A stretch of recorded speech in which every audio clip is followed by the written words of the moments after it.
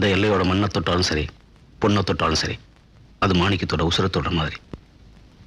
பொண்ணுங்க வாழ்க்கையோட விளையாடாத, வண்டியை திருப்பு. பொண்ணை தூக்கிட்டு போறதே வாழ்க்கை கொடுக்கத்தாயா?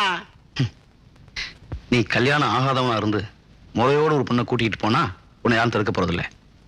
2 பொண்டாட்டி கட்டினதுக்கு அப்புறம் 3ஆவது ஒருத்தி தூக்கிட்டு போறது எந்த வகையிலையும் முறையில்லை. இந்த முறைய ஒப்பங்கிட்ட போய் சொல்றதானே?